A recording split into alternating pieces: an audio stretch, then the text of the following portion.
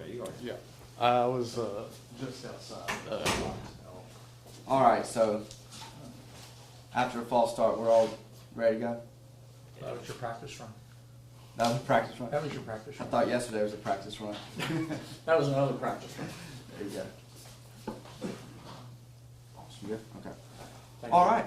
Well, hey, thank you everybody for being here this morning. You know, the main purpose of this is to provide some updates regarding a murder that took place in Hernando a couple weeks ago in May, actually on May 17th. And I'm going to provide some updates. I think this is a good point in the process to provide updates to the public because transparency in these matters is very important. I know there's a community interest in knowing what happens. I'll preface that by saying at this juncture there's only so many things I can share because it's an ongoing case. And then ultimately I want to ask the public to help me. So I'm going to explain where we're at in this process and why it's important. And stick with me because I'm going to be asking the public for some help. So on May 17th, Hernando made an arrest of Edrick Thornton. He's 49 years old for a murder that took place in the Hernando community.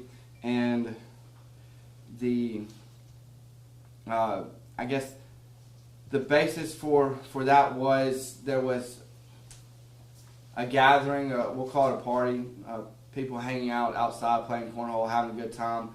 And there were dozens of people there. It was just like any other normal weekend, people enjoying their summertime a little bit. And there was a confrontation between a couple individuals that escalated to the point where Edrick Thornton ultimately shot the other individual, who's the victim in this case, and Mr. Thornton then fled the scene. Witnesses and people standing by called 911. The Hernando police responded very, very quickly. They were able to find Mr. Thornton as he was leaving the scene. They effectuated an arrest without any, notable consequences or problems. And then the investigation ensued. We believe that these two people knew each other, that this was not gang related, this was not indicative of a crime problem necessarily. There was this was two people that knew each other, and one had, at least in his own mind, a reason to be upset with the other. And so that conflict escalated, tragically resulting in death. Like I said, a lot of people saw it. Some people stuck around as first responders arrived. They tried to render aid to the victim. They were unsuccessful. They brought him to the hospital where he was pronounced dead because of a single gunshot wound. Like I said, some people stuck around as first responders showed up and did the best they could. Many people just got out of the way, which is fine. But we reached a point where it would be helpful if people that were around and saw things themselves or heard things themselves, that they would come forward. We do have witnesses already, but we believe there were more witnesses there than have actually made statements with the police. And going to talk to the police is hard. It's a little scary. Most people have never done it, and there's a certain anxiety with doing something you've never done, especially when it involves the loss of a life. And if you watch somebody get shot and killed, obviously that's a traumatic experience on its own. And like I mentioned, or I think I mentioned, this has caused a lot of pain in the community. The victim was very well loved, and so there's a lot of feelings and emotions involved in this, and so it's definitely a challenge to come forward and talk about it for anybody. But I'm encouraging and, in fact, begging the public that if you have firsthand knowledge of what happened, to please come forward.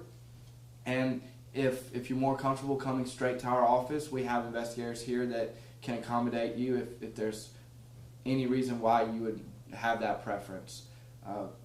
Our ability to seek justice on behalf of our deceased victim is greatly enhanced when we have witness participation. And we do have a strong case. We do have good witnesses now, but I'm a firm believer that more is more and more is better. And we want to be able to paint a very complete picture. And so we are asking people to please come forward, and by way of just updating everybody where we are in the process. This obviously happened on May 17th. The defendant did make a request in the Hernando Municipal Court for a preliminary hearing and a bond hearing, which was scheduled for this morning. I showed up to do that personally. Once we got there, the defendant had a change of heart and decided to waive his preliminary hearing, and so his bond will stay at $1 million, which is the highest bond we have in our schedule for this type of incident. I was going to use the preliminary hearing as kind of an opportunity to provide an update to the community and solicit help. Even though we didn't have to go through with the hearing, I still wanted to give the community an update and ask for help. So I appreciate y'all for showing up for that, and I'm happy to answer the questions that I think I can at this point, knowing that the case still has to go to grand jury and would still eventually have to go to circuit court for a jury trial. So those dates have not been set. We don't comment on the timeline of a grand jury other than we try to be as efficient as possible in all cases, especially where there's a victim. With that in mind, I'll take questions. Do you think the emotions and the volatility about the situation has made it more reticent to offer indication to your office? But because it seems like you say this has been a very active thing as far as response from people who knew the victim, people who knew the alleged shooter. Yeah, I think you're right, and this, like I said, it's a situation where the two people involved, the shooter and the victim, they knew each other in some way. I'm not saying they were had a long-standing relationship, but they knew each other, and this is a situation where it's probably easy to pick sides, where you're probably friends with one or the other, and it's people are related. There's families involved, and so it's uncomfortable when you're saying something that might put someone off that you care about as well. And so it's a challenging dynamic to be in, and it's just hard, and that's why I'm just really asking nicely to please come forward if you have that information. So Mr. Thornton is still at the adult detention center?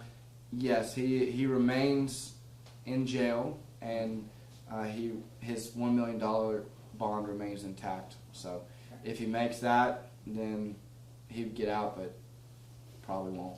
But as of 11 this morning, he's still in jail? That's right. All right. Could you tell us more information about the other defendant that was arrested? Sure. So Miss Jones was arrested with him as they were leaving the scene. She's been charged with accessory after the fact and tampering with evidence. That case has to do with the actual murder weapon. The murder weapon was recovered, but there were attempts to hide that, and so her involvement is related to that. And is she still being held, or is she out? She was able to make bond previously. Okay. How many witnesses would you say were at that cornhole? I don't want to marry myself to a number, but I'm going to say there were dozens, upwards of maybe 50 people at this kind of community gathering. Yes. Can you share what kind of community gathering it was? I talked with one person back when it happened. They said that they were there for a friend's baby shower. Is that the same event? Yeah, so I don't want to say that it was a baby shower or a birthday. I can't be for certain. It was a party of some sort. It was a happy occasion for everybody until this happened. Did the argument stem from the game of cornhole, or is this? No, the conflict stems from things that happened well in advance of the gathering. I'll just say, out of respect for the victim and those that are grieving him, I don't want to go too far into things. I'll just simply say that it appears that both the shooter and the victim were spending time with the same female, and I won't elaborate on that anymore, other than that is the root issue behind the conflict. And I put that out there to the public just so they know that this is not something where they should feel unsafe in their community. This is obviously a problem, but it's not a community. It's not like there's a community danger, like an ongoing rift about gang violence or anything like that. So, any other questions? So in other words, this is like a crime of passion. I would not call it a crime of passion. I think that he knew exactly what he was doing and what he was. I think that there was intent. I'm reluctant to use the phrase crime of passion because that gets used in a legal context.